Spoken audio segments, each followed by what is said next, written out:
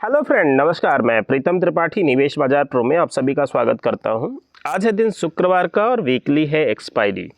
आज के लिए काफ़ी महत्वपूर्ण सेशन है ट्रेडिंग का, क्योंकि जिस तरीके से कल की क्लोजिंग हुई है और मार्केट दोपहर के बाद में जिस तरीके से निचले स्तरों पे फिसलता हुआ क्लोज हुआ है, ये एक इंडिकेशन दे रहा है कि आज मार्केट में वीकनेस, कम से कम शुरुआती सेशन में तो वीकनेस जो है वो साफ दिखती है। बाद में ट्रेडर उसको ऊपर लेके जाते हैं या लोअर एंड टेस्ट करते हैं, ये देखने वाली बात होगी।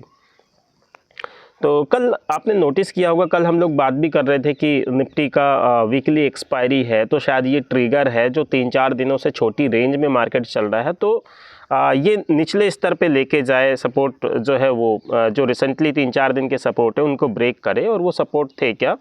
बैंक निफ्टी के अंदर 53,200 का मोटा मोटा हम लोग मान के चल सकते हैं, और निफ्टी के अंदर 24,500 का मान सकते हैं। लेकिन कल के दिन में ये सपोर्ट जो है वो होल्ड करता हुआ दिखा।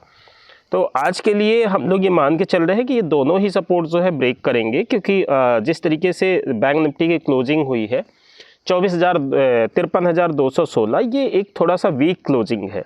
तो आज बैंक निफ्टी के लिए सपोर्ट पहला जो हम लोग मान के चल रहे हैं वो मान के चल रहे 52,750, 52,800 का, और यहीं पे हम लोग बाइंग के लिए ट्राई करेंगे। और इस केस में बैंक निफ्टी के लिए टारगेट हो सकता है 53,150 और 53,300, 53,575। बैंक निफ्टी में सेलिंग के लिए जो हम लोग ट्राई करेंगे, हालांकि रेंज थोड़ा सा ऊपर की मैं लेके चल रहा हूँ, पॉसिबल है ना आए, और अगर आती है दोपहर बाद में 3 बजे के बाद में या 2:30 बजे के बाद में, तो ये भी संभव है कि शायद है कि वो स्टॉप लॉस हिट कर दे। लेकिन ठीक है, जो रेंज है वो है। तो 53,675 या 53,650 से 53,700 जो है वो सेलिंग रेंज होगी, और 53,750 का स्टॉप लॉस लगेगा। और टारगेट हो जाएंगे उस केस में 53,500, 53,420, 53,300, 53,150 के।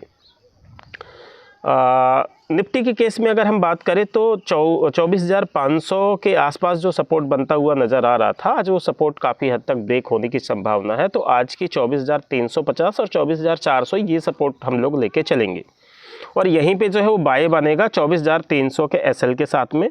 मैं कोई बड़े एसएल जो है नहीं लेना चाहता। वैसे सपोर्ट जो है बड़ी रेंज अगर हो जाती तो 24,200 भी खिंच सकता है। तो हम लोग कैसा करेंगे, 24,200 पे वापस जो है उसके आसपास वापस एंट्री कर लेंगे।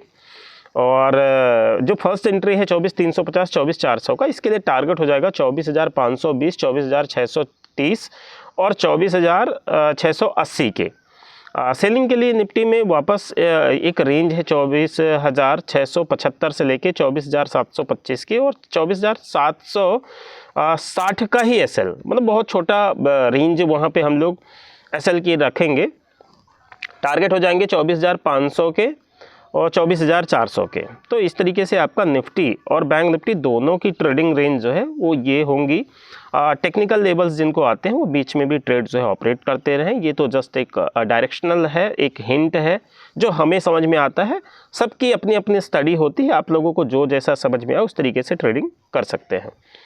अब बात करते हैं इंडेक्स के अलावा स्टॉक्स में। तो एचएएल में आज एक अच्छी न्यूज़ है, एक बड़ा ऑर्डर विन मिला है लगभग 13,500 करोड़ का, और 4600 रुपये के आसपास जो ये प्राइस है। तो कम से कम 3-4% का मूव देने के लिए ये ऑर्डर जो है वो काफ़ी है। हो सकता है इससे बड़े मूव भी मिल जाए, तो आप लोग देख लीजिएगा। ऑप्शन में भी चूँकि अवेलेबल है, तो ऑप्शन में भी बढ़िया ट्रेड उसमें बन सकती है 46,000 के स्ट्राइक प्राइस पे कॉल के लिए।